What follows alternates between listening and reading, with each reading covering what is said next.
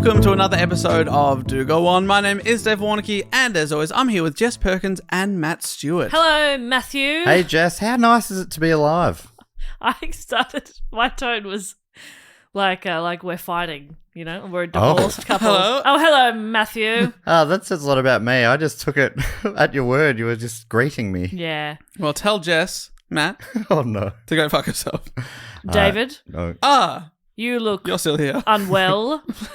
Thank you. I don't feel very good. Can I go home? No, Damn it.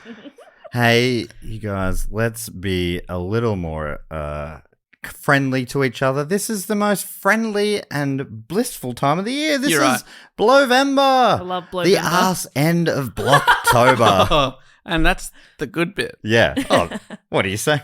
You're saying that like you're confused? The arse, of course, is the good bit. yeah, it's the best bit of anything. You know, if you're having a roast, the people arse. want the rump. Oh, yeah. Can I please have the arse? Anyone else? Anyone else? I'm going to take the arse end here. Arse end of the pig.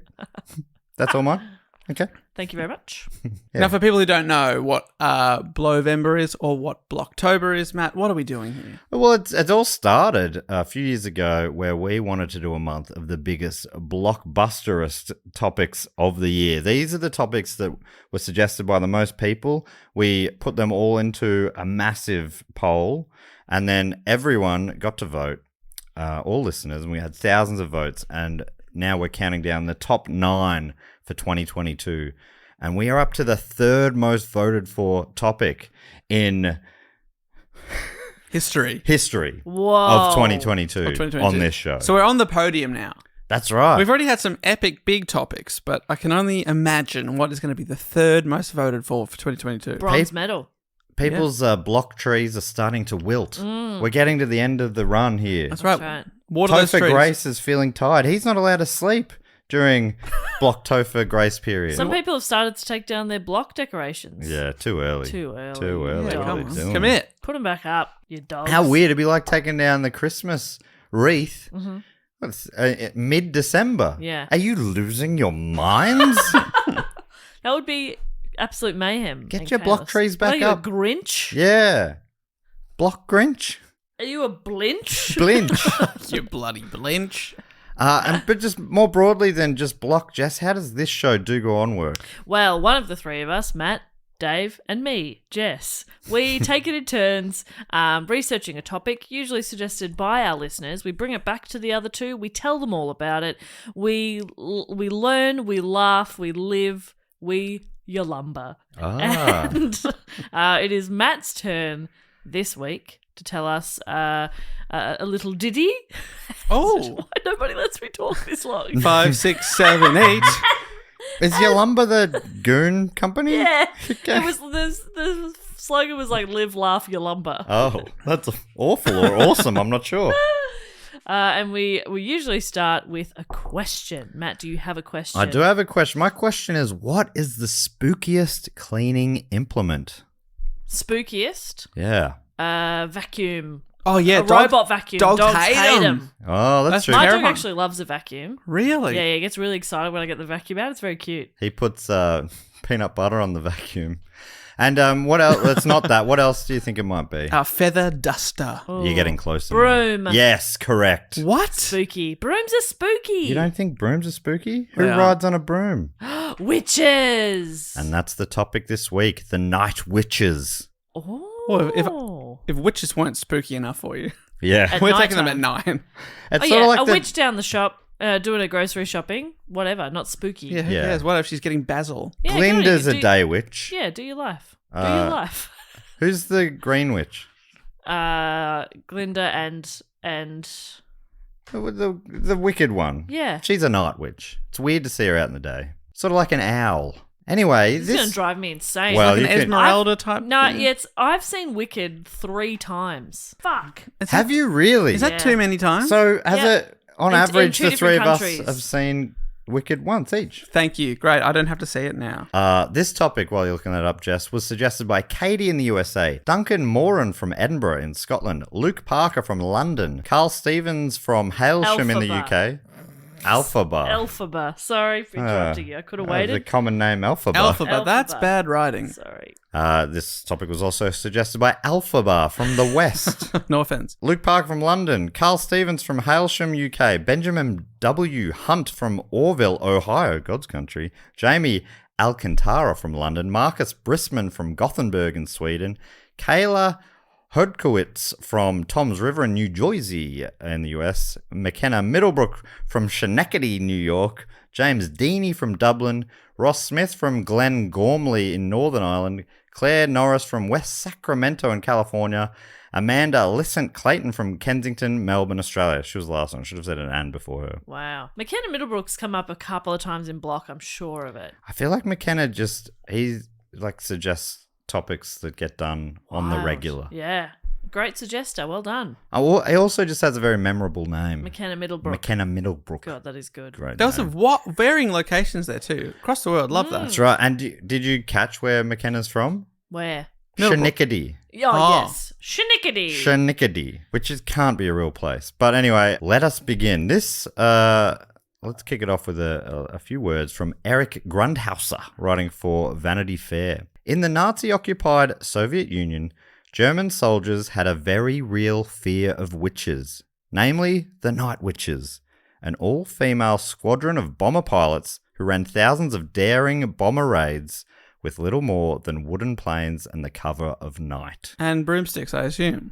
Yeah, well, are you familiar with the Night Witches? Not at all. I didn't know about them at all either. What? So they're kind of until recent years, it seems like they're getting written about more now, but for a long time, they were sort of just not really spoken about for some reason, sort of forgotten the history a little bit. Wow. On June the 22nd, 1941, nearly 2 years after World War II began, Nazi Germany launched Operation Barbarossa. You familiar with Operation Barbarossa? Yes, I am. This is when they decided to take on the Soviets. That's right.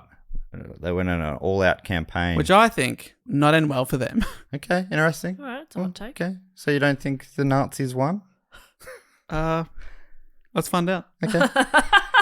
According to Britannica, for the campaign against the Soviet Union, the Germans allotted almost 150 divisions containing a total of about 3 million men.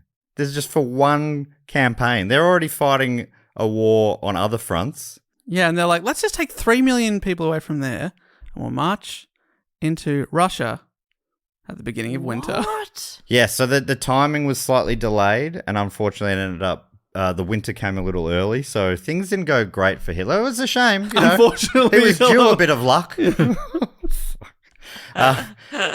In total, the Barbarossa force had about 3,000 tanks, 7,000 artillery pieces, and 2,500 aircraft. It was in effect the largest and most powerful invasion force in human history. The invasion along an 1,800-mile or 2,900-kilometre front took the Soviet leadership completely by surprise and caught the Red Army in an unprepared and partially demobilised state.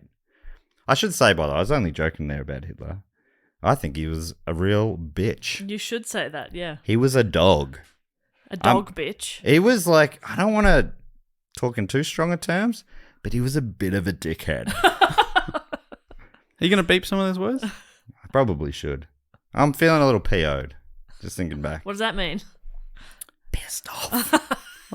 Don't make me talk like this. You gonna whisper beep that? Another few beeps, yeah. Beep, beep, beep, beep, beep.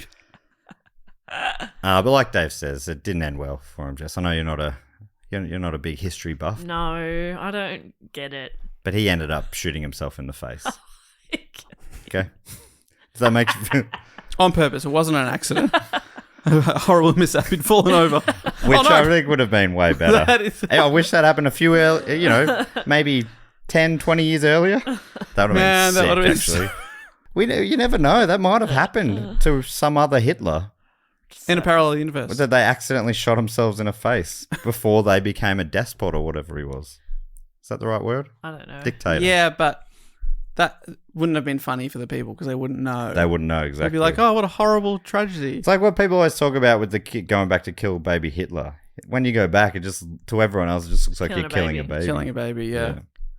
And that's not cool. No. Not cool to kill baby Hitler? No. Okay. Oh, no, babies.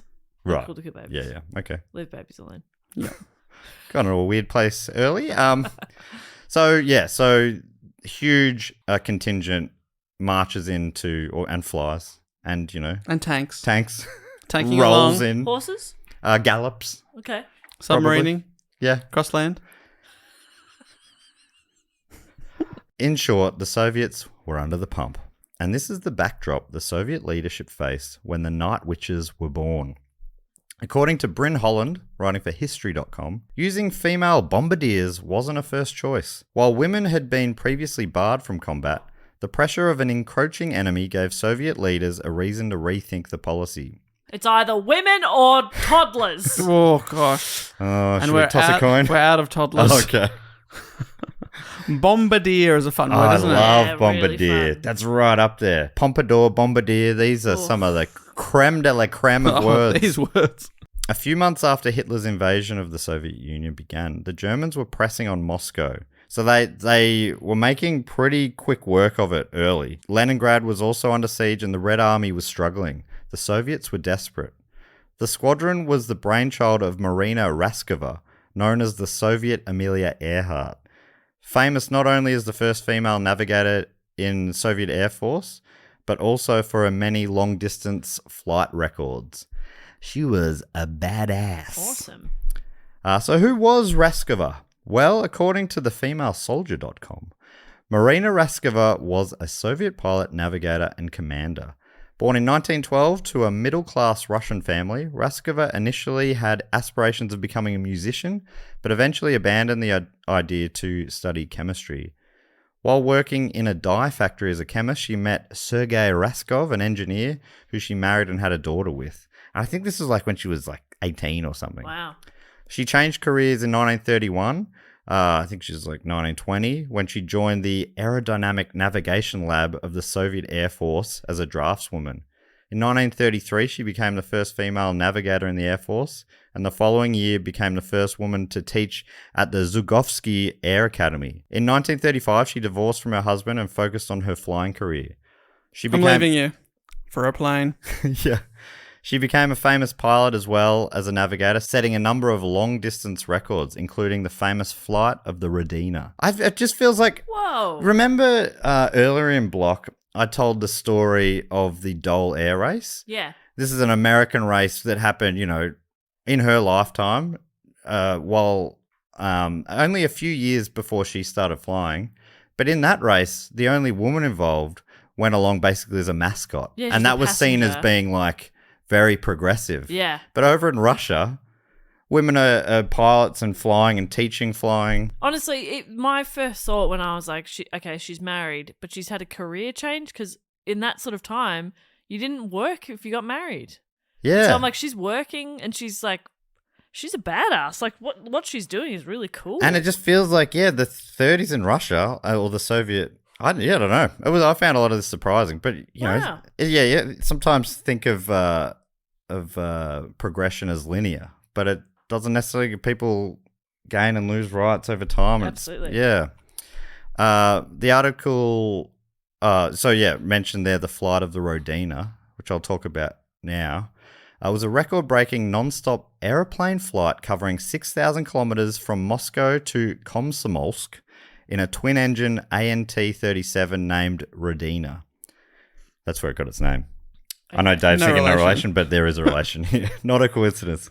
The crew was 3 Russian women, Raskova, as well as Polina Osipenko and Valentina Grizadobova. According to George Tippin Wilson, writing for the Warfare History Network, Raskova was the crew's navigator, not a licensed pilot at the time. As the Rodina was nearing the end of its fuel supply, the women began to jettison the plane's furnishing to coax extra miles from the engine and make certain they were setting a new distance record. Whoa. What are they throwing out? Couches. Chairs, couches, This the big bar board. fridge, Yeah. the wine fridge. We're not going to need this bath. The full set of weights. Yeah. They had. Quite heavy. Spare Dumbbells, plane. barbells. Spare plane. Ditch that. Get it out. We don't need it. They then flew into a blinding snowstorm. Since they had thrown everything movable overboard, Raskova, deeming herself as the most expendable, donned a parachute and exited the plane in a brave and selfless move to ensure the record was set. No way. In a snowstorm. In a snowstorm, she's like, well, we'll get a few extra miles if I jump out. You don't need me. I'm just the navigator. There's two of you. You got this. I'll just jump out here, wherever this is. It's been an honour. Hooroo! She wandered around the wilderness for several days before finding the plane and her comrades. According to the femalesoldier.com, she survived with no water and almost no food for 10 days before she found her way to the landing site and reunited with her team. 10 days? Isn't that hectic? What? All three women were decorated with the Hero of the Soviet Union Award, the first women to ever receive it. It's like one of the very top honours. And, we're talking, This is the 1930s. Wow. The plane was in a Siberian swamp on the Manchurian border after their 26-hour and 29-minute flight ended in a crash landing in the area. So it was a similar kind of time to that Dole air race. And like the lone wolf, they crashed into a swamp. Yeah, that's right. That's right. They got a little bit further first. His swamp was next to the runway. Yeah. Theirs was 6,000 miles away.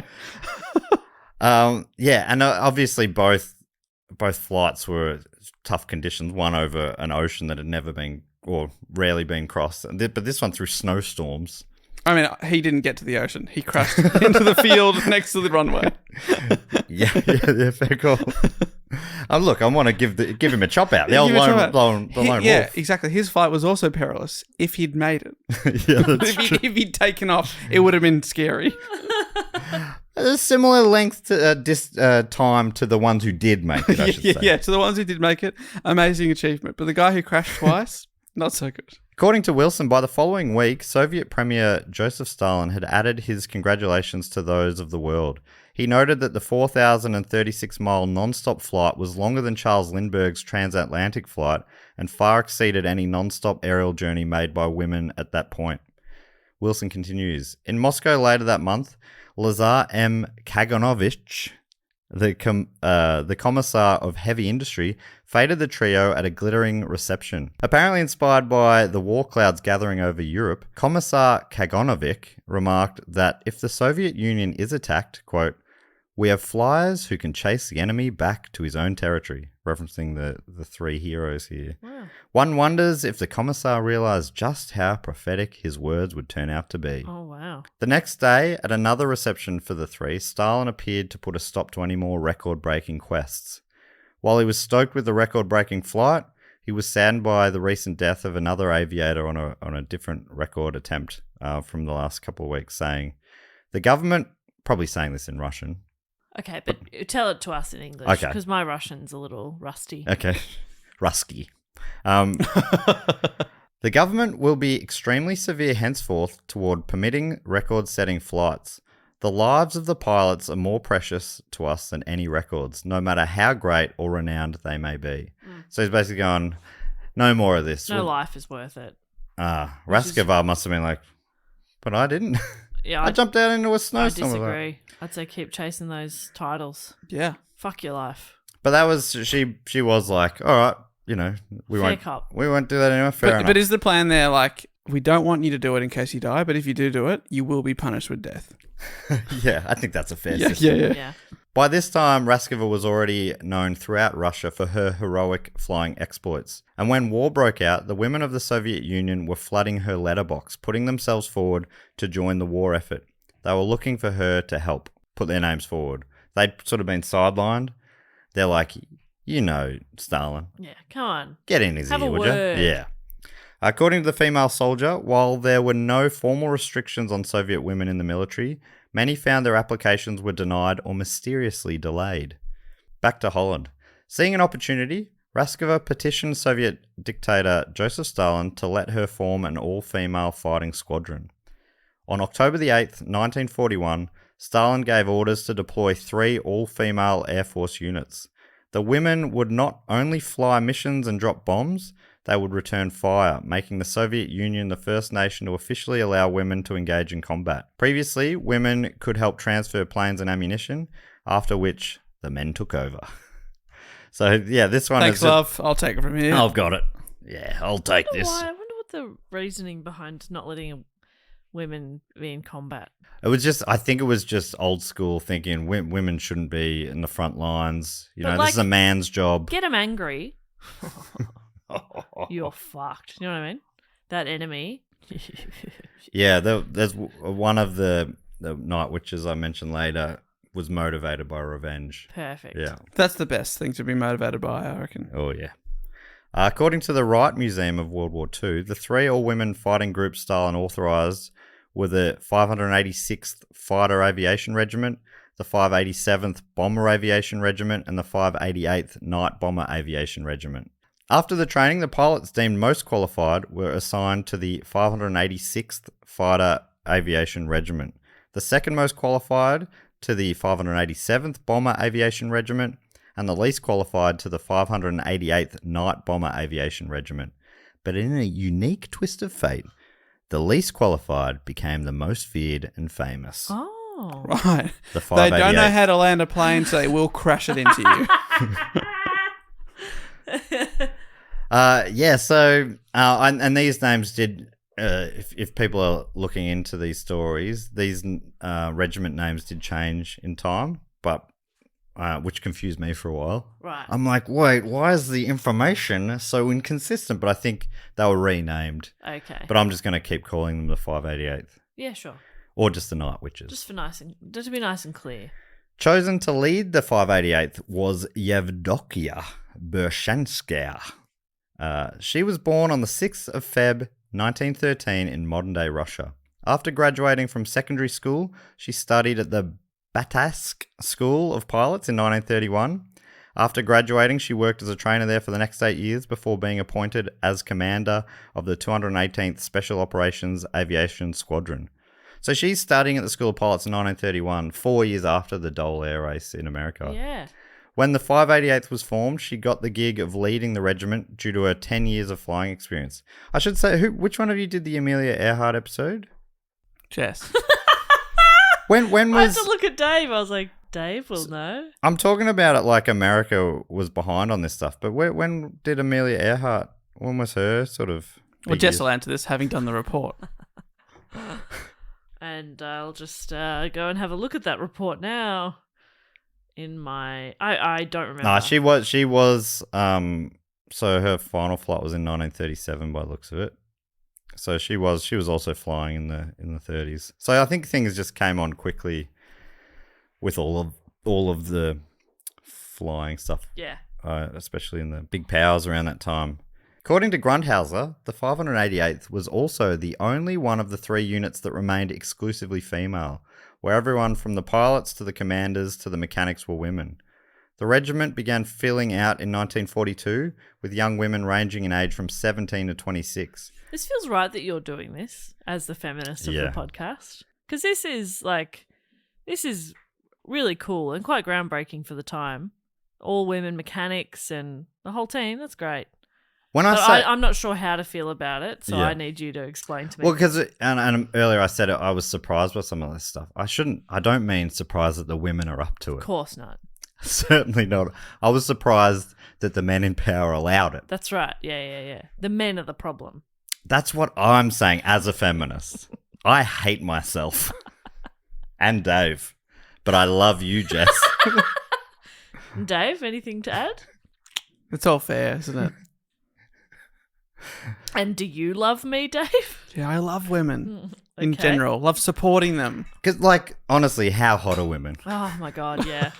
You know what I mean? Yeah. Uh, How hot are women? welcome to new listeners. Some baffling Baffling takes in jokes there, here. Okay, yeah. so the 17 to 26-year-olds. So they're all, They're young. quite young. And they all headed to the small town of Engels to begin flight training. The future pilots were greeted by Raskova herself with a no-nonsense military manner. One of the women who signed up was 19-year-old Nadezhda, or Nadia Popova. I apologize for all these. I think you're doing great. Thank you. Popova, Popova. who volunteered after her brother was killed in battle. She was motivated by revenge. Love I it. love that. According to the Moscow Times, she became one of the best and one of the luckiest. Sweet combo to have. Born December 17, 1921, in what is now the Ukraine, Popova planned to become a teacher or a doctor until one day a plane landed near her home and she met the pilot. And this is a quote from Popova that was published in a book called A Dance with Death. I had thought only gods could fly. It was amazing to me that a simple man could get in a plane and fly away. And here he was, the simplest man I ever met. God, he was dim. I met him. Couldn't, it was like met talking him. to a bloody brick. Oh my god! They nothing between the ears. They let you fly that? Wow, if he can do it, anyone Honestly, can. I could do it, and I'm a little girl. Give us a go. I'm a child. I haven't fully developed my fine motor skills that I could do it. This guy's an idiot. According to Emily Langer, writing for the Washington Post, Popova joined a flying club and later graduated from an aviation school.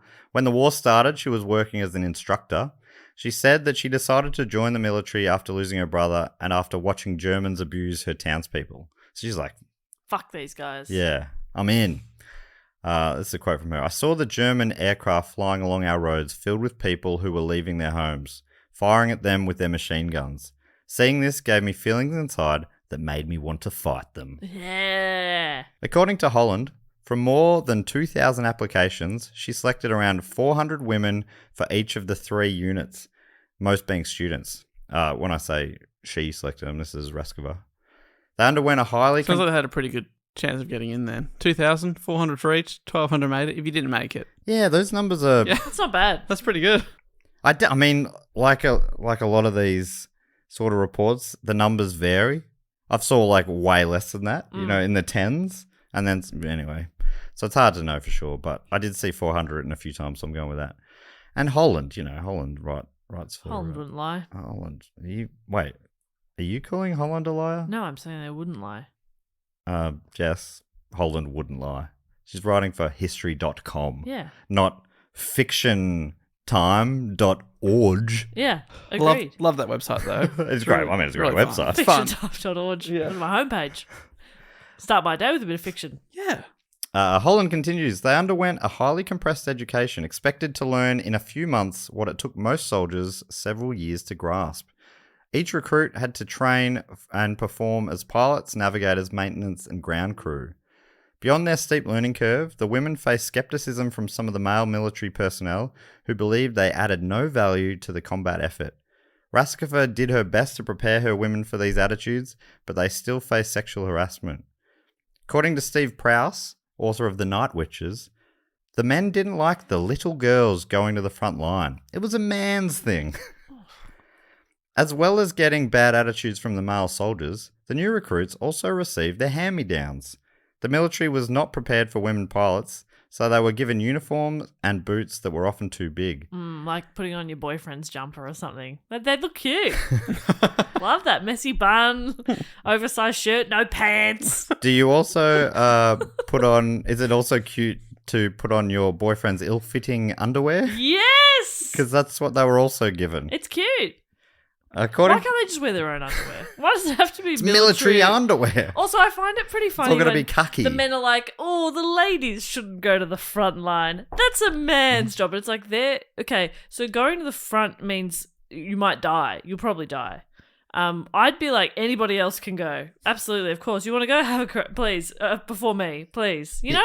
And just them doing it, doesn't that prove that what you're saying isn't true? They're here already doing there. it. So That's a man's job that you're doing quite well over there, toots. it sounds like as they trained and whatnot, they won a lot of them over, but there was remaining sexism throughout. But Really? yeah.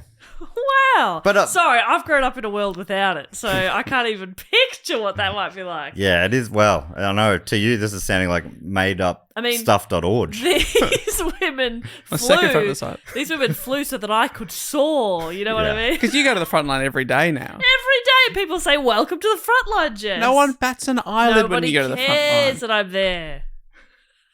And I rock up for my shift on the front line. Yeah, you pop in, pop out. According to Prowse, they had to tear up their bedding and stuff them in their boots to get them to fit. I'd BYO boots. Honestly. At this point, I'm wearing my own undies, and don't worry, I've got some boots that fit me. Yeah, let us know ahead before we get Yeah, here. let me know what to pack. Underwear.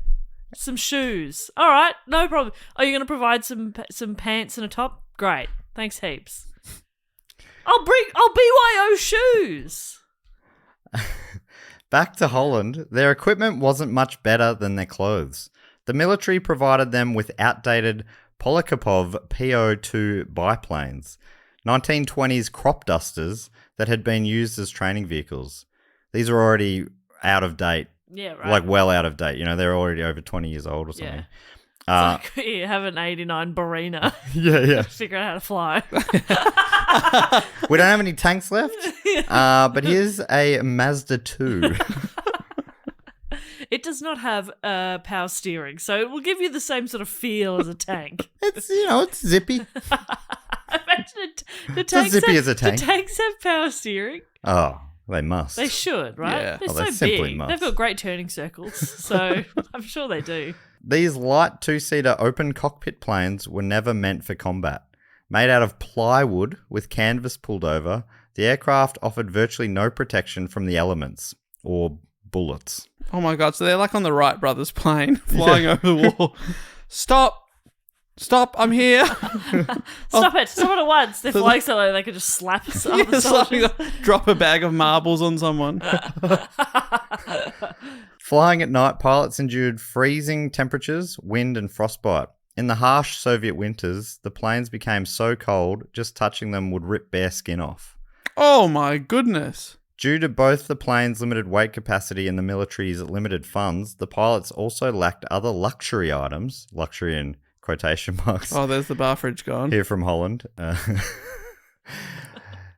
saying instead of parachutes, which were too heavy to carry, or radar, guns and radios, they were forced to use more rudimentary tools such as rulers, stopwatches, flashlights, pencils, maps and compasses. I don't know which one of those were replacing the guns, which one were replacing the parachutes. Use a map. We're going down. Grab the ruler. There was some upside to the older aircraft. Their maximum speed was slower than the stall speed of the Nazi planes, which meant these wooden planes, ironically, could maneuver faster than the enemy, making them hard to target. They also could easily take off and land from most locations. But the downside, if they happened to be hit by tracer bullets which carry a pyrotechnic charge, their wooden planes would burst into flames. It's a bit of a downside. That is a bit of a downside. They put it out with the ruler. Other negatives of the lightweight nature of the planes meant they couldn't carry many bombs at a time. Saw some saying they could carry 6 at a time. A few others said only 2, one under each wing. So do you mean water bombs? No, they were like proper Bricks. bombs. They would just throw bricks. Explosive bricks. Briquettes. Briquettes, thank And you. they'd light them just before dropping them off. No, they were just smaller bricks for ladies' little hands. Oh, I can't hold one big brick. Even with less bombs, their weight meant they had to fly at lower altitudes, which was also good for, the fact that they didn't have parachutes if they had to jump Don't worry, out. we're only a metre off the ground. This made them easier targets for the Germans, which is why they only flew at night. At the peak of the squadron, up to 42 women crews would be sent out on bombing raids each night. To get off a meaningful amount of bombs, the teams would complete between 8 and 18 missions a night, returning to rearm themselves between each mission. It was an exhausting schedule. Like each one might take 40 odd minutes, and it's just non-stop.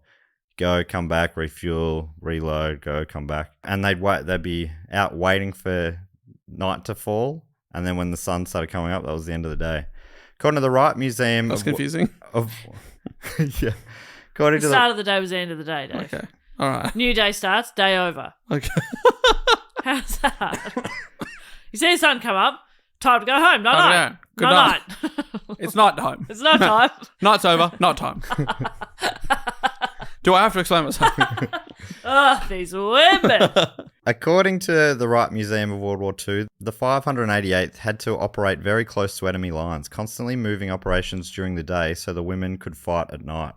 Because of their combat schedule, the women slept and trained during the day and flew during the night. Understandably, they didn't get a lot of sleep, but neither did the German units nearby that had to be prepared for nighttime air raids. The psychological effect of the Night Witch raids took a toll on the German troops. When interviewed by NBC many years after the war, Irina Rakobolskaya, chief of staff for the Night Witches, said, quote, One girl managed to fly 7 times to the front line and back in her plane. She would return shaking, and they would hang new bombs, refuel her plane, and she'd go off to bomb the target again. This is how we worked. Can you imagine? No. Just It's wild. hectic. And that example 7, I heard, up to 18 in a night, which is... If we have a day where we record 2 episodes of the podcast, I'm exhausted. I go home, I lie on my bed for a bit just to recharge a little bit. I'm so tired. Yeah.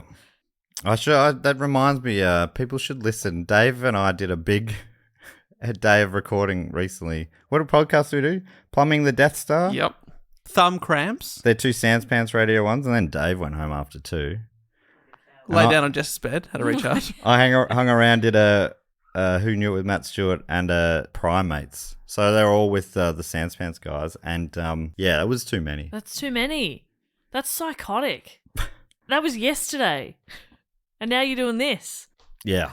I was writing this report in between recordings. That's fucking I live to pod. Yalumba. Yalumba.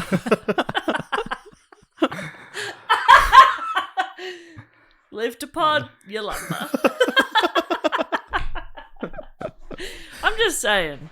7, 18 trips back and forth in a war zone, in freezing conditions, in a tiny little shitty plane.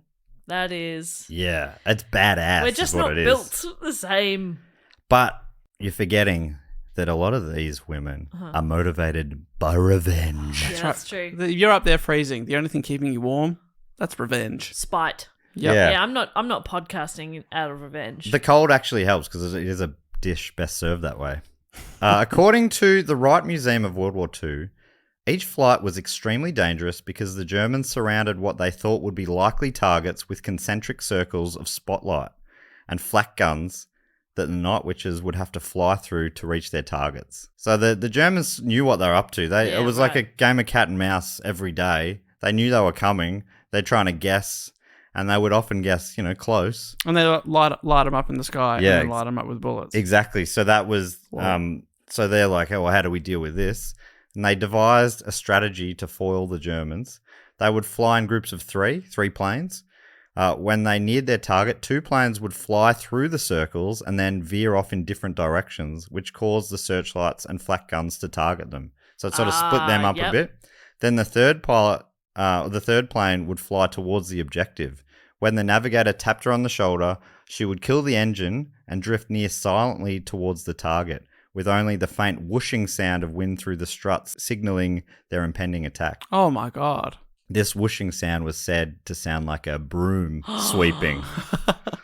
Then the navigator would drop her bombs and the pilot, hopefully, would restart the engine and fly off. The 3 planes would switch places until they dropped all of their bombs and then return to the base for more. That's so good.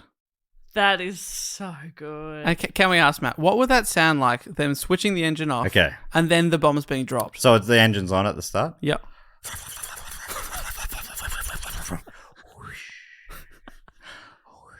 I don't think he's ever used a broom.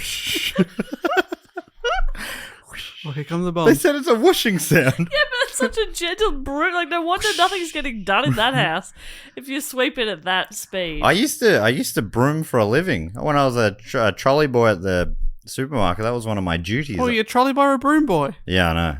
Okay, now the bomb's dropping from the whooshing. That gentle, gentle whooshing. Oh, what's that? A mosquito? Oh, it's getting closer. Oh, no. Louder. Oh, I'm dead.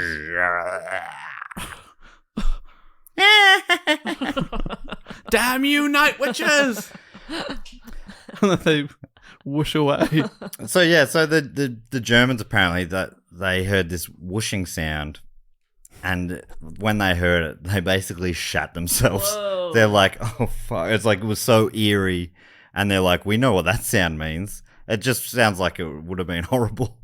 And this is why the Germans nicknamed them the Nachthexen, or night witches. God, that's such an amazing title. What is it?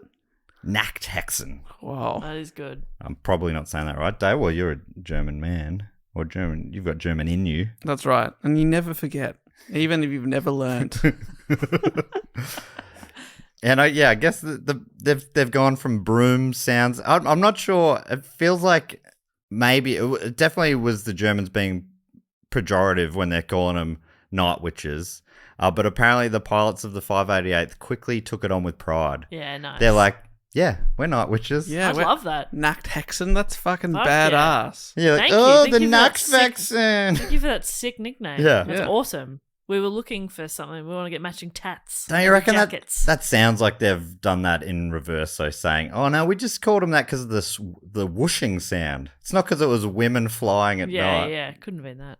According to Prowse, the whooshing sound was the only warning the Germans had. The planes were too small to show up on radar or on infrared locators. They never used radios, so radio locators couldn't pick them up either. They were basically ghosts. They didn't use radios because they weren't given any. A lot of they made a lot of negatives into positives. Right. The Germans had two theories about why these women were so successful. Firstly, they were all criminals who were masters at stealing, had been sent to the front line as punishment, or they had been given special injections that allowed them to see in the night. Mm-hmm. So a couple of pretty... I think it's both. Yeah, they're both true. Yeah, that's the weird thing. It's not one or the other Nazis, okay? It's both. Sometimes it can be both. They're thieves With injections. So because they're with such cat eyes. But what's the theory? They're such good thieves. That's why they're such good pilots. Yeah. Yeah, they're not interchangeable skills. Yeah. Well, the Germans didn't know that back then. True. Yeah, we're thinking with today's brain. Yeah, you're right. Try and think with a 1940s Nazi brain. Of course, yeah. I try. It's hard to get in the mindset. It is Gotta tell tough. you. Yeah, it is tough. Popova. Pop over. I think that's what you said the first time, and it made me Popover. pop over. Pop over for a cup of tea. Why not? Popova talked about this rumor of them being able to see in the dark in Albert Axel's book, Greatest Russian War Stories, saying, "This was nonsense, of course. What we did have were clever, educated, very talented girls. Who could see in the dark? And were Who thieves." ate their veggies. Remember carrots make you see That's that. right. Yes. They were also tough as nails, as Popova later discussed, saying, "When the wind was strong, it would toss the plane. In winter, when you'd look out to see your target better, you got frostbite. Our feet froze in our boots, but we carried on flying. If you give up, nothing is done, and you are not a hero." I'd be giving up. I'm okay with not being a hero. Great. I'm not a hero and I'm fine. I'm all right. Yeah, I've got a warm bed. My feet aren't frozen off. Cowardly warm bed. Yeah, great. Cowardly unfrozen feet. Oh, heaven. Great. I'll happily be a coward. Are you kidding me? Yeah. I mean, what they went through was awful. But there was a world war on, and their country had been invaded. I reckon you'd jump to action. Nah, I just don't think I would. I'd be like, take me as a POW. Let's go. I don't want to. I don't think that's as good as probably what you've heard. You might be getting a few of those things anyway. I don't know. I mean, it depends on who's. Maybe they'll be like, "Hey, we look after our POWs, whoever Yeah. this regime taking us down." Yeah, true. Maybe they're like, hey, actually, we were hoping that our prison camps are a little glum. Do you reckon you could do some Maybe radio, put on some tunes for people? You I'd be could like, zhuzh them up a bit. I'm like, you know what? I actually have the skill set for that. Yes. We could give you a little grand, set you up. And we're so sorry about the state of the place. The pool is getting clean tomorrow. It's okay, I guess. So yeah, Popova was badass, but she saw some horrible things. As Langer wrote, once Popova watched 4 planes crash carrying 8 women to their deaths, saying, "What a nightmare. Poor girls, my friends. Only yesterday we had slept in the bunks together." This is her talking years later. I don't know why she said yesterday. Popova remarked that perhaps she was born lucky. One time she counted 42 bullet holes in her plane. "Catcher, my dear," she said to her navigator, "we will live long." She's like, Whoa. we're lucky. I'm feeling good about this. There's another famous story about another night witch pilot who lost the bottom of her plane to enemy fire but kept on flying and returned home safe. She was just, her legs were just running underneath. Yeah, like literally her feet were dangling out the bottom. No, they You weren't. landed Fred Flintstone style. She had to put her heels down Yeah. to slow the plane down. How did she land? I guess she pulled up her feet. Oh, that's crazy. It's a good question. In all, Popova flew 852 combat missions, including 18 during one night, and was honored as a hero of the Soviet Union, one of the nation's highest decorations. Over the course of the war, Popova said, she fought in Belarus, Poland, and Germany. In 1942, she was shot down, but she survived and ended up living to the age of 91. Whoa! So she wasn't lying when she said to her navigator, "We're going to live long lives." We will live long. Decades after the war, she reflected on the perils she had endured, saying, "At night sometimes I look up into the dark sky, close my eyes and picture myself as the girl at the controls of my bomber. And I think, Nadia, how on earth did you do it?" So sick. I was a big fan. Sadly, the founder of the Night Witches, Marina Raskova, who we talked about before, one who jumped out of the plane into the snowstorm. Yeah. Unfortunately, she didn't share the same luck as Popova. And on January the 4th, 1943, she died. According to the female soldier, she died while attempting to lead two other P-2s to a safe airfield. She was forced into making a forced landing on the Volga Bank, which resulted in the deaths of the entire bomber crew. Raskova received the first state funeral of the war, and her ashes were buried in the Kremlin wall beside those of fellow pilot Polina Osipenko. She was posthumously awarded the Order of Patriotic War First Class, and the regiments she created continued to serve for the duration of the war. Wow. As the war was drawing to an end, the squadron's last flight took place in early May of 1945. According to Holland at the time, the Night Witches were within 60 kilometres, approximately 37 miles, of Berlin. 3 days later, Germany officially surrendered. Altogether, they flew more than 30,000 missions in total, or about 800 per pilot and navigator. That's awesome. The pioneering all-female 588th Night Bomber Regiment dropped more than 23,000 tons of bombs on Nazi targets, and in doing so, they became a crucial Soviet asset in winning World War II. Some of the targets they damaged or destroyed include 17 river crossings, 9 railways, 2 railway stations, 26 warehouses, 12 fuel depots, 176 armoured cars, 86 prepared firing positions, and 11 searchlights. And a partridge in a pear tree. The grimmest Christmas carol ever. Plus, they also made 150 supply drops for food and ammunition to Soviet forces. Holland continues.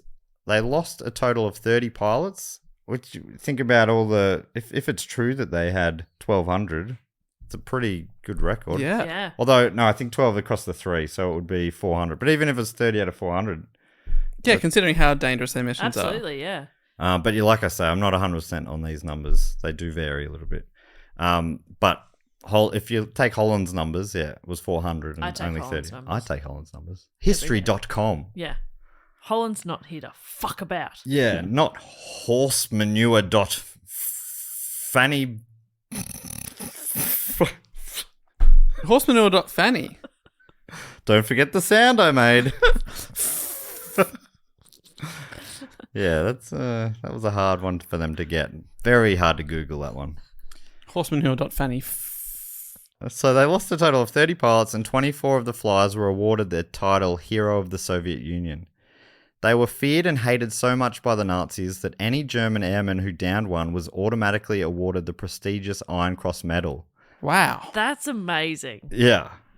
That's how scared they are of these tiny little women in their little shitty planes. Made of wood. That, women can't fly planes and shouldn't be fighting, but they're so scared of them that if you shoot one down, you're automatically a hero. Incredible. That's so great. How scared they are of you. Amazing. Despite, this is a slightly grimmer finish to it, despite being the most highly decorated unit in the Soviet Air Force during the war, the Night Witches Regiment was disbanded 6 months after the end of World War II. And when it came to the big victory parade in Moscow, they weren't included because it was decided their planes were too slow. So they're like, oh, we're doing a big celebrated parade, but yeah. Well, how fast is the parade travelling? It's a parade. It's a parade. They're all slow. Yeah. I thought that was very strange. Or put them in a car. Yeah, let them... Put them in the back of a They Toyota can Hilux. walk along. Yeah. Because in my head, I'm like, I think if a war had just finished like that and you had such a successful sort of mysterious regiment, you wouldn't want to give away what their planes were, and people see them in the light and go, "Oh, we probably should have been able to knock them out of the sky, but you couldn't." But so maybe you'd be like, "Oh, if they wanted to keep the secret, fair enough, but just surely let them include march." them. Yeah, put them on the back of a truck or something. How strange. Well, that says Holland wrote it, and it did sound like I saw another article did say that the squadron continued on, but I read multiple ones saying that months after the war they were disbanded. But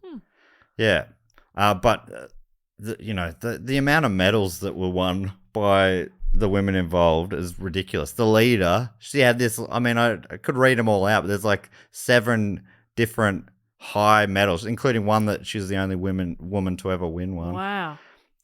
Yeah. I wonder what you do with your life after that.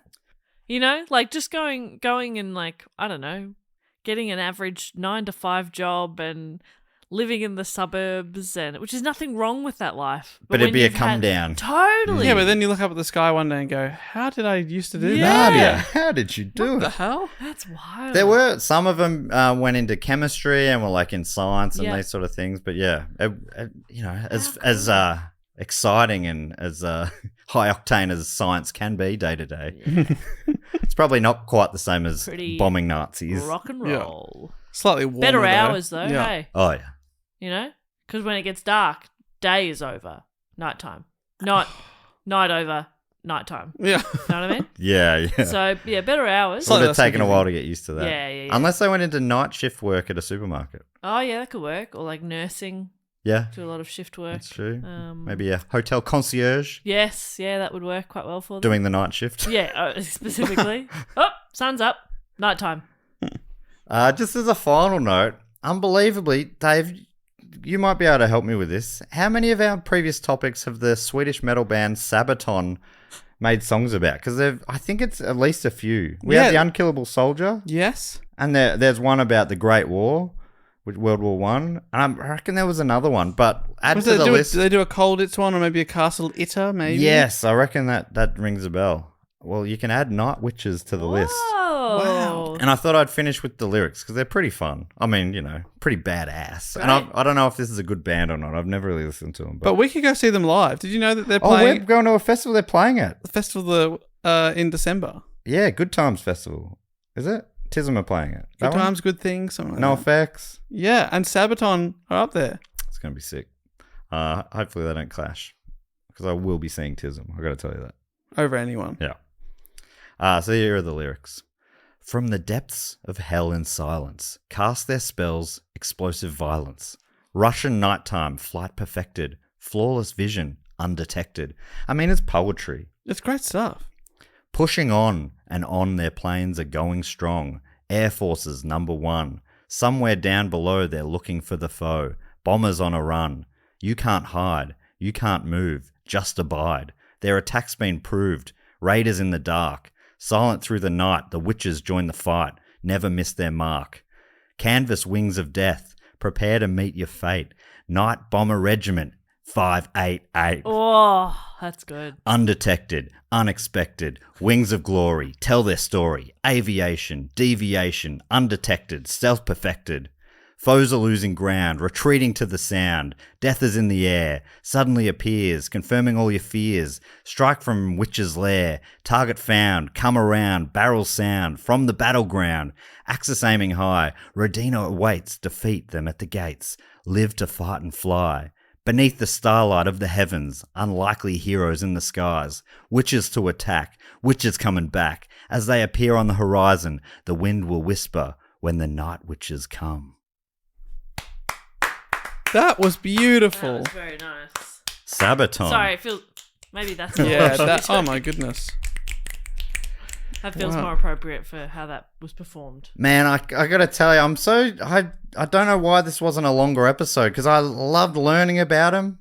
Hopefully I didn't talk too quickly, but it blew my mind from start to finish. Everything Yeah. about him, every single one of the key players was a bigger badass than the one before. So It's just cool. ridiculous. Yeah, so many legends.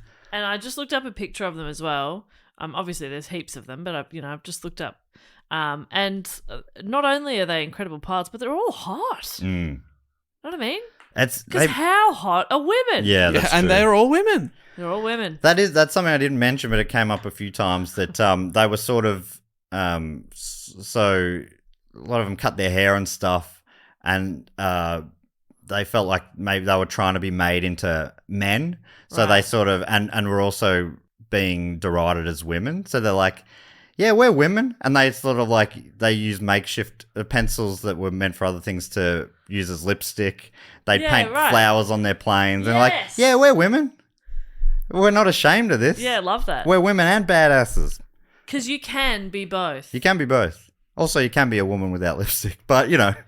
No, that one's not true. That one's not true. You are only a woman if you let a man see you without lipstick. Oh, dearie Ooh. me. Yeah, wild. I love that. They're like, they're like reclaiming it. They're like, well, I can wear lipstick and drop bombs. Whatever. Love that. That's feminism, baby. Yes. Be whatever you want to be.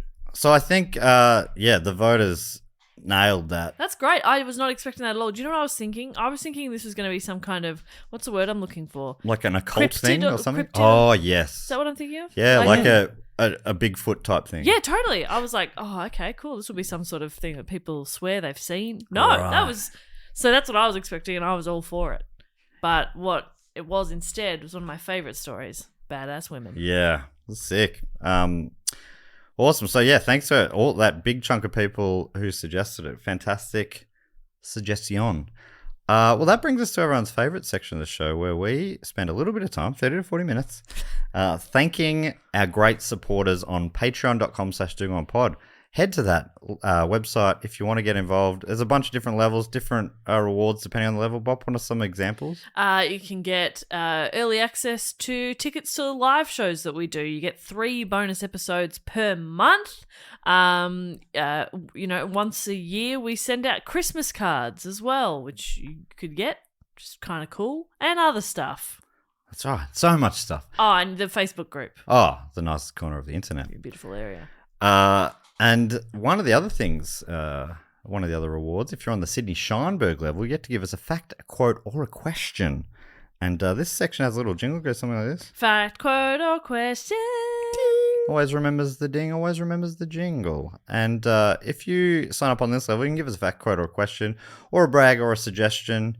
You also get to vote in multiple topic polls, and you get the bonus episodes, all sorts of things. But this section, the fact, quote, or question, I'll read 4 out each week. I don't read them until I read them. And this week, the first one comes from Stephen Carter, and each of them also gets to give himself a title. Stephen gives himself the title of King of all New Zealand King of all New Zealand migrants who moved to Australia, cause YOLO. Okay. All right. I haven't heard YOLO in yonks. Yeah, it's been too long. Thank you so much for bringing it from New Zealand, aka the past, and a little fun there. Just a Love bit New of Zealand. fun. Honestly, one of my favourite countries I've ever visited. Beautiful place. Love it. Want to be there now. Genuinely, I've been there twice. Once I travelled around the North Island for a couple of weeks, saw the Saints play the first game in yep. Wellington. Yep. Got done, doesn't matter. Didn't let it get me down.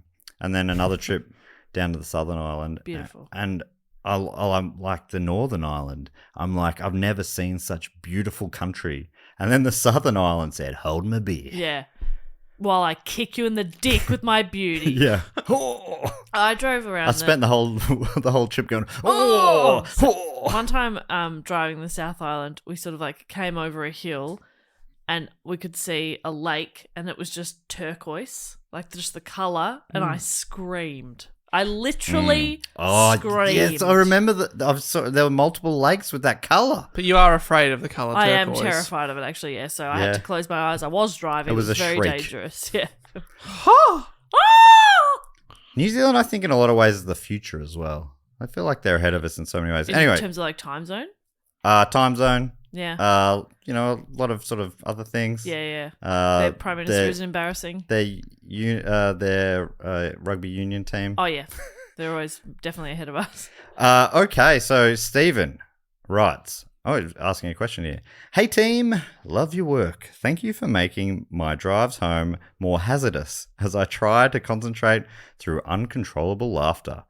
My question is a follow-up to my NRL mascot-based question from years ago. Which AFL mascot / symbol do you think would win in a last mascot standing fight? And he's offered us an answer here. I mean, right off the back of this episode, do you think the Bombers... I was thinking Bombers are hard to beat. But then some of them also like seem to have sort of mythical powers. You like the Giants. You know, if the Giants are so big that they're, they're just like plucking the Bombers out of the sky. Yeah. Or like the Suns. Oh, yeah. Gold Coast Suns. That's where all energy comes from, the sun. That's right. And they're not just one sun.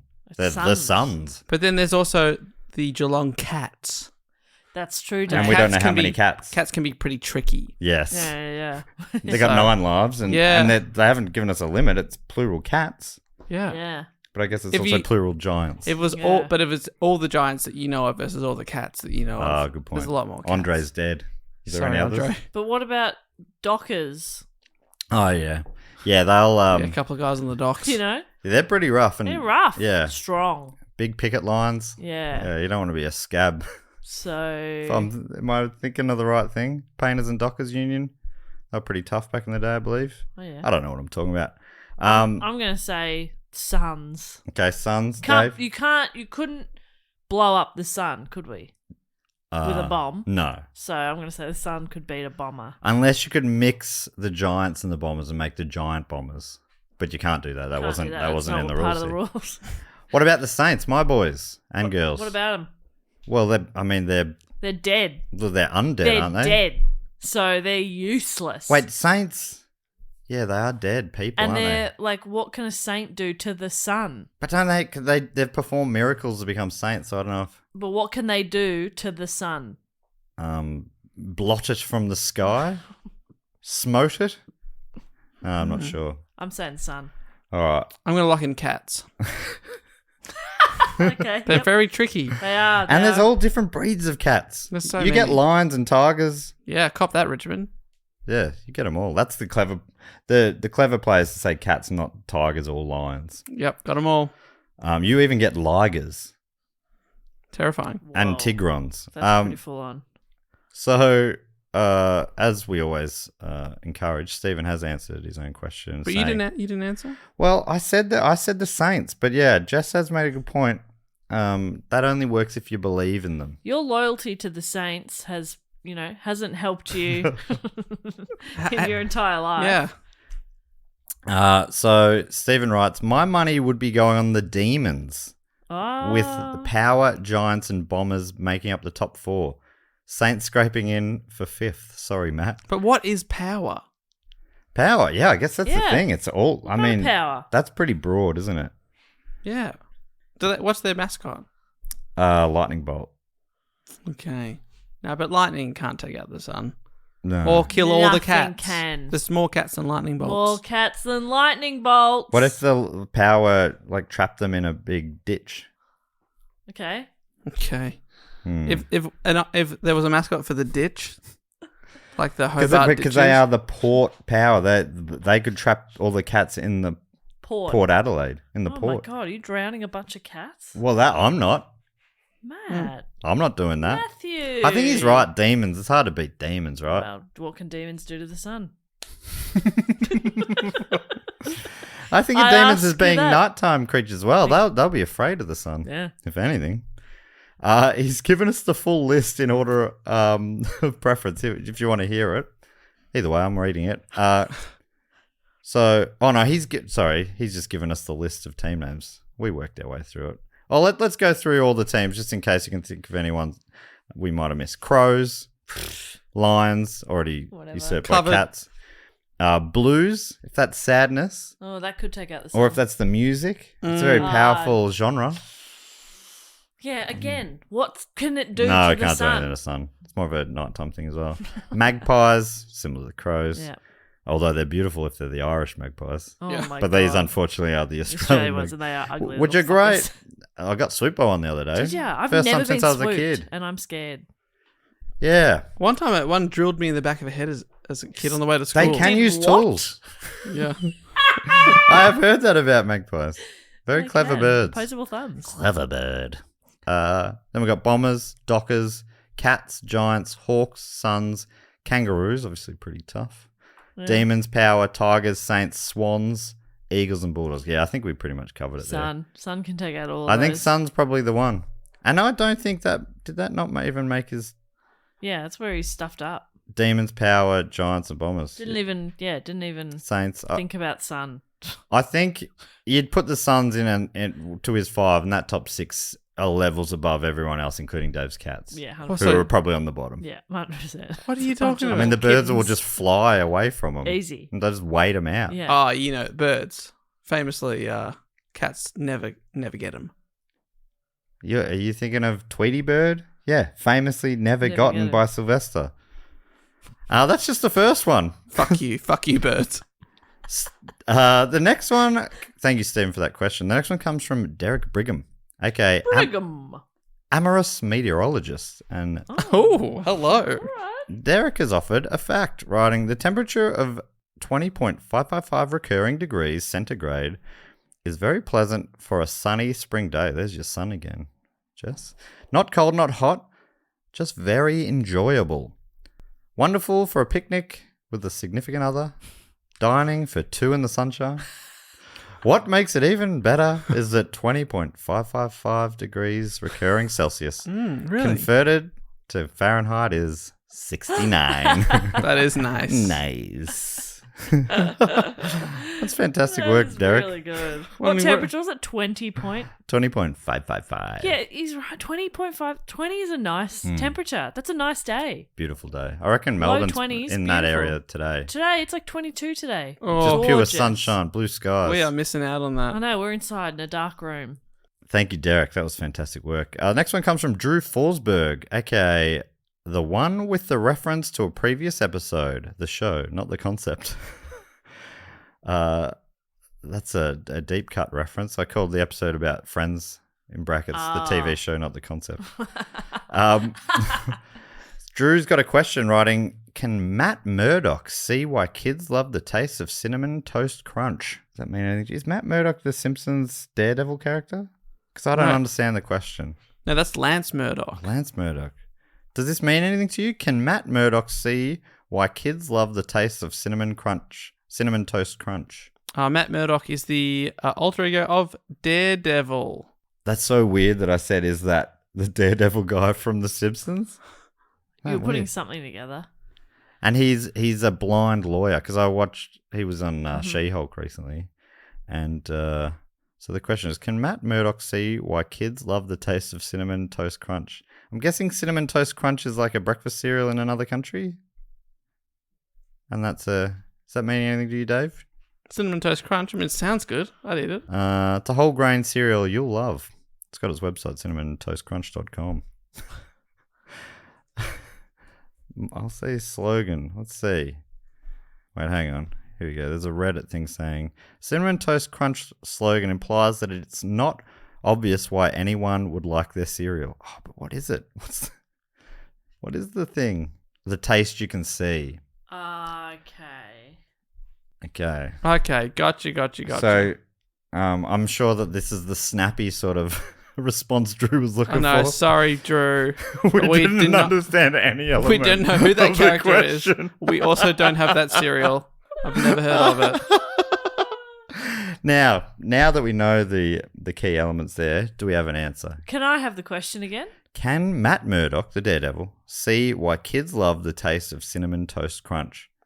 Lock in A. A is yes. Jess, what about you? I'm also looking at A. Yes, can. Yeah. I'm going to say B. Can't. That's how. Great, and the answer is? C. Oh, All of the above. There you go. Cinnamon Toast Crunch. Thank you very much, Drew. sorry, Drew. Finally this week, we've got one from Bracken Markins, Bracken. aka Chief Marketing Officer of the Give Your Kids Normal Name Society, a not-for-profit. And Bracken is asking a question, which is, I like my name in most circumstances, but it makes ordering coffee and meeting new people awkward. Once a new co-worker called me Bacon for 2 full weeks. Your name was Bacon. This is Bacon. Hi, Bacon. Makes me wonder, if you could have chosen your name, what would you have picked?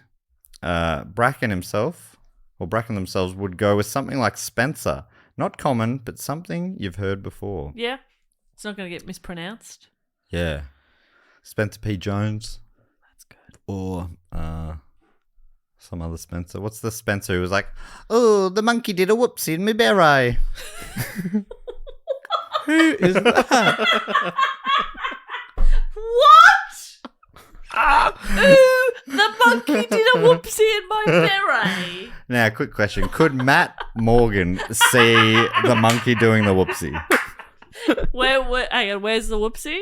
In the beret. Oh, yes. Okay. What are you talking? No, don't go down a deep. Just answer the question. What would you name yourself? Don't go deep trying to find out who this beret wearing. Coolmo D. Simpson. Kumo? Coolmo D. Coolmo D. That was what Bart suggested Maggie should be called. Coolmo D. Coolmo Simpson. D, yeah. I think it was Coolmo D was maybe a musician at the time. Dave, what would you name yourself? I'm probably going to go with Basil. Oh my god, that suits you. Hello, everyone. I'm Baz. You can call me Basil. Or the other way around. Probably the other way around. Hi, I'm Basil, but you can call me Baz. Yeah, it's fine. Oh, no, I'd be calling you Basil. Oh, you wouldn't call me Baz? No, you're not a Baz. Because Baz, especially in Australia, is like a Barry. You're not a Barry, but you are a Basil. Oh, Barry's so good. You know, you could also be. Barry's so good. You could also Barry's be so a good. Colin. Yeah. I think you'd be a good Colin. Basil has a bit of razzle. Basil, Colin. Razzle, Dazzle.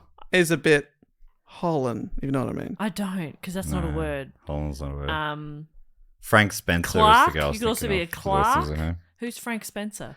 there? He's the one who wore a beret. And the monkey did a did a whoopsie. Oh, Betty, the monkey did a whoopsie in my beret. I think it's from the 70s or something. Right. Matt, what you would name yourself? I think maybe my all-time favorite name, it's probably Kareem Abdul-Jabbar. Yeah. I don't know if you could pull that I don't off, think I though. could pull it off. I love names like Gary, Barry, Yeah. Greg, Fleg. Fleg. There's a recent episode of Who Knew It with Matt Stewart where there was a movie called Joe Lemonade, which was quite a good name. God, that's a good name. You could set your watch to that name. That is good Joe stuff. Lemonade. Yeah, so it's tricky. What about Gregory Shinicity, Yeah. New York? 100%. It's hyphenated surname. That's great. That's and Jess? beautiful. I've always thought Jess is a very common name. It's only ever been misheard a couple of times with people over the phone ordering stuff, where they've been like Jeff, and I'm like, all right. But I've always thought I could be a Kate. I reckon. Kate's a great name. That's another name of the era that's quite common. Absolutely, yeah, and I do really like the name Kate. But also like if I got to choose, I'd go for a fun name like Ginger. Oh, Ginger. Ginger. You know, something fun. I like Jarvis. Jarvis. Jarvis is a good It's name. good. Jarvis Cocker. Like- I know there one already exists, but maybe it could be Jarvis Cocker Jr. Jarvis Cocker Jr. That's nice. JCJ. That's nice. Yeah. Jarvis Cocker Jr. Or I'd be like a Poppy or a Lily or a something a bit fun. I reckon mush them all together. Poppy Lily, something fun. That's nice. Yeah, that's good. And that's your middle name. Yeah. Now, what's your first and last My name? last name is Shooting Star, that's for sure. Oh, yeah, fantastic. And my first name is Lemonade. Great question there, Bracken. I'm a big fan of Bracken Markins as a name, by the way. Bracken's very cool. I'm Cheers. sorry that somebody thought your name was Bacon. I also I'm think sorry how hard we laughed at that. Come on, Bacon's a good name. I do like bacon as well. The name and kind of the meat, but you know. So the next thing we like to do is thank a few other great supporters. Normally Jess comes up with a bit of a game based on the topic at hand. I thought about what kind of vessel or vehicle they would drive into war. Great. Love that. Great. What do you think? Do we give him a badass regiment name? Or if we can. If we can. No promises on that. That'll be a bonus if possible. So I've already got one ready to go. first, well, great. Well, I think you might be thinking of one from Wilder, Kentucky in the US, Shannon West. Yeah, Shannon floated in on inflatable swans, Oh yeah. and the regiment, Floaty McGody.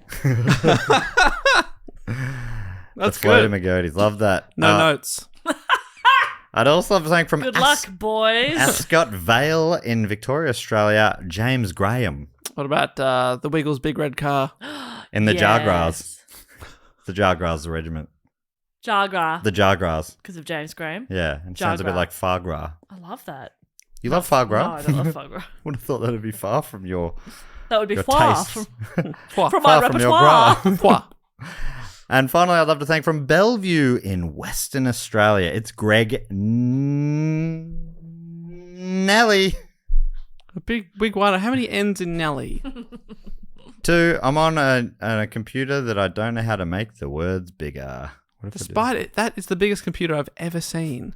So, Yeah, so I mean, in we're comparison, the words look so small. Yes, you We're got a looking bit. at the same Google Doc. You could just zoom in Go zoom again. at the top, underneath view and insert. There's a View, insert. That's the little number. It says mine says 125%, for example. Oh, yes, I'm down on a miniature 100%. yeah, no, baby. You got to put that on. I'm on 125 as well, just for comfort. I Well- can read it at 100, but I like to. I've just jumped you. I'm 150. How's that better?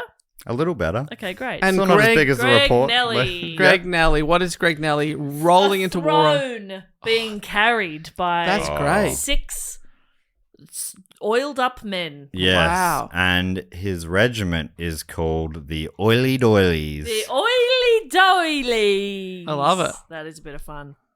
May I thank some people? I Please. really wish you would. I would love to thank from Stockport in Manchester. Oh, hello. I'm from Stockport. I would Wait, like- do it. What's one of the Gallaghers? I don't know. You do. Noel. Noel. Yeah, now do Noel's voice. Not the question you're asking, okay? Yeah, I don't know how they talk, but they would talk with that accent. Well, you love Morrissey. How does he sound?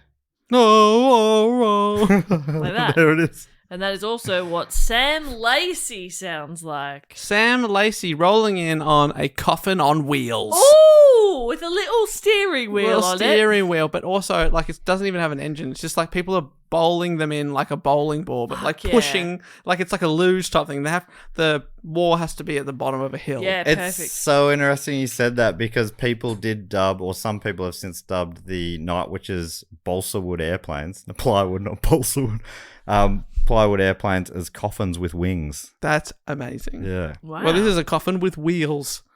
Sam Lacey. And obviously, That's good stuff. Sam Lacey is one member of the Tree Boy Big Boys. Because of the coffins. I don't know. I don't know how my brain works. The Tree Boy Big Boys. I think it's because there's a lot of green on my screen. Tree Boy Big Boys. So thank you, Sam. But boy, it's not, obviously not a boy-only thing. It's weird they named it that. Yeah. It's It's an ironic title. anyone is welcome in the Tree Boy Big Boys. I would also love to thank from location unknown, so we assume deep within the Fortress of the Moles, Simon Telford. Simon Telford. Well, it's got to be an underground thing, mole-related. What about a land submarine? Oh, I love it. Have we talked about the idea of these before, so they can somehow just move through the dirt? like a worm. Because apparently some comic book superheroes can fly underground. I read that just researching something at some point. That is one of the more And it's ridiculous things I've ever heard. Yeah, but I guess it's as ridiculous as anything in those things. So it's like, they can just sort of, I guess, move through the ground And like just this. like ruin the structural integrity of cities. Yeah, or are they Yeah. just, yeah. I mean, and Poison- you call yourself a superhero, you're more like a super zero to me. That's right. But anyway, that's what Tommy So that's what Simon's up to. Don't know where I got the name Tommy from. Simon, yeah. But his submarine sort of just passes through, no effect on the structure. So it's like a train. No, not like a train. Okay. It just moves through like a ghost almost. You know? Wow. That's spooky. Doesn't affect things. And what's the regiment called? Call him a ground submarine ghost, and they're called the ground ghosts. Ground ghosts. Dirty ghosts. The dirty ghosts. We're the dirty ghosts. That's good. That's not bad. Yeah, I like that a lot. Don't fuck with the dirty ghosts. Thank you, Simon. We're coming up at ya from underneath. I'd also love to thank from Finspang is that Sweden? Yeah, wow. I would love to thank Tommy Svensson. Tommy Svensson is coming in on one of those, you know, when sometimes you see like lakes and there's those things that you can pedal those boats on top of them? One of those things, but it's shaped like a swan. Oh, that's nice. So that's I fun. assume that swans are going to be used in the name, Bob. Is that right? No, No? it's the paddle boys. Tommy, you got to let us know what Sweden thinks of Sabaton. What are we dealing with you're here? proud of Sabaton? Yeah. Are they big there, or is it like you're not into them? Yeah. Let us know. Dave, do you want to thank some people? Hey, I would love to thank from Gilliston Heights in New South Wales, James Horn. Oh, yeah.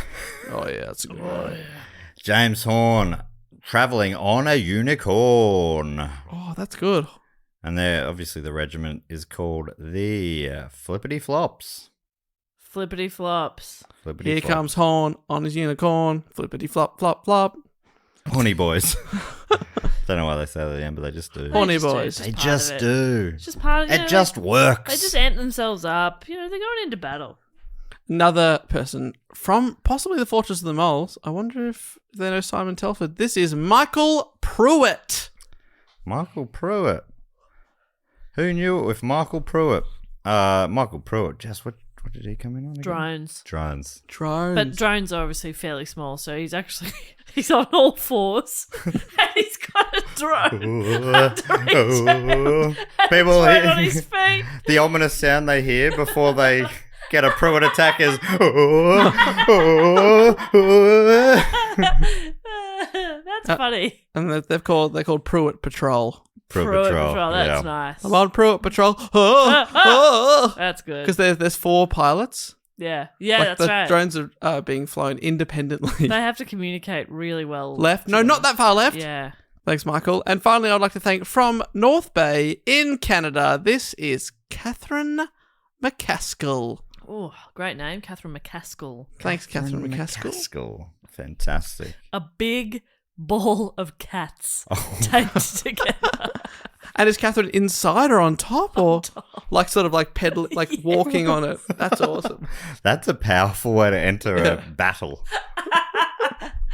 And then at any moment, Catherine can release the cats.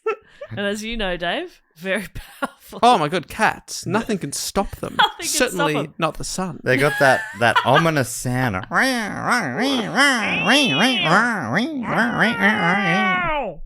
Ow! Wow. Thank you so much to Catherine, Michael, James, Tommy, Simon, Sam, Greg, James, and Shannon. The last thing we like to do is welcome a few people into our Triptych Club, a very exclusive club, a club that you can only enter and you cannot leave. And the way you get in is by being on the shout-out level or above at patreon.com/2gonepod for 3 straight years. It's a bit of theory of the mind. What's going on here, Bob?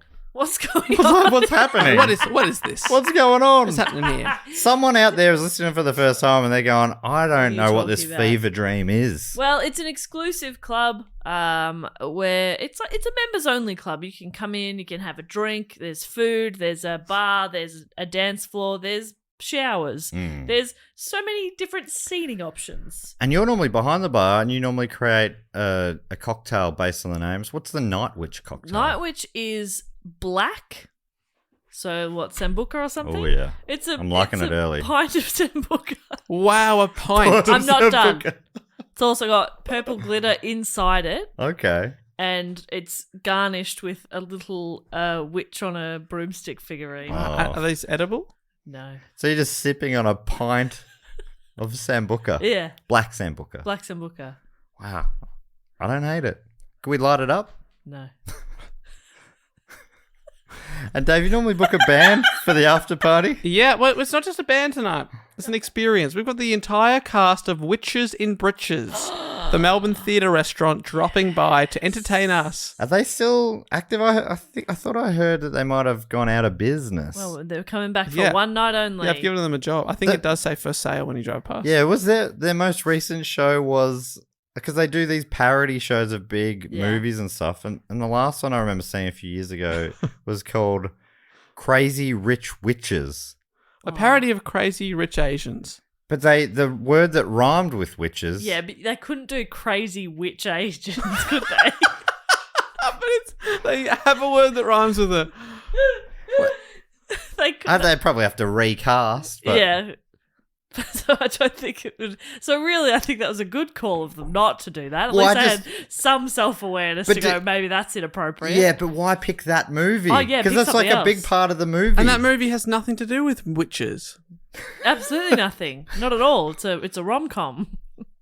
Well, that wasn't my problem with it, but I think. Oh, okay. I've misread what you're talking about. and yeah, so I'm standing at the door. I've got the names of 5 inductees this week, episode 369. Nice. And so I'm going to read out the names. Dave's up on the stage. He's emceeing. Obviously he'll later on hand over to the cast of Witches in Breeches. Please give it up for Witches in Breeches. And he's going to hype you up one by one, get the crowd really going. Jess is looking after Dave. Jess is Dave's hype man. So she'll sort of keep him on the straight and narrow. But anyway, let's get into it. Here are this week's inductees into the Triptych Club. Come on, Dave. Here we go. If this is your first time, this is high-octane entertainment. Yeah, this is the good shit. There are flame cannons going off. You've put up with an hour and a half of us waffling. This is the good stuff. This is the show. Here we go. The pre-game entertainment is over. Woo! Get ready to rumble. Here we go. From address unknown, can only assume from deep within the fortress of the moles, it's Tim Little. Nothing little about this guy. Yes, he's a big man. From Yuma, Arizona, in the United States, it's Smokey's Videos. Smokey dokey, am I right? He's right. From Hodgton in Georgia, in the United States, it's Colin Hitzges. Oh, the Hitskis just keep on coming. It's probably there's silent letters Shut in up, there. keep going. From Mowra in Queensland, Australia, it's Lisa Yao. Yeah, more like Lisa. Yow! And from Mississauga, from Mississauga in Ontario, Canada, it's Laura Sinclair. Mississauga! Welcome in. Let's hear it for Laura, Lisa, Colin, Smokies, and Tim. Woo! Make yourselves at home. Grab yourself an ottoman or other chair. Have a sit. Get ready for the entertainment. Have a sip as well on that big pint of Sambuca. Yeah, I would just sip out of that one. Oh, it's a sipper. I don't think I'm very good at this. At least you didn't book the cast of Witches and Breeches. I'm really thinking about moving Dave on. Someone's got to give him work. No, I think it's great. I think it's fantastic. I never went there, but as a kid, I always loved driving past there. What was the other one? The one that was near Sin? Dracula's. I've been to Dracula's once before because a girl I worked with at the time had a bit of a crush on one of the guys. One of the Draculas. One of the Draculas. So we went, and you know what? It wasn't bad. What did you see? Crazy rich Draculas? It's so funny that Melbourne used to be a hotspot for theatre restaurants. Oh, Well, now I don't think we have any left. 2? No, apparently there were 32 when Tony Martin moved to Melbourne. 32. Yeah. No Which would have been in the way. 80s. So it was like boom time for...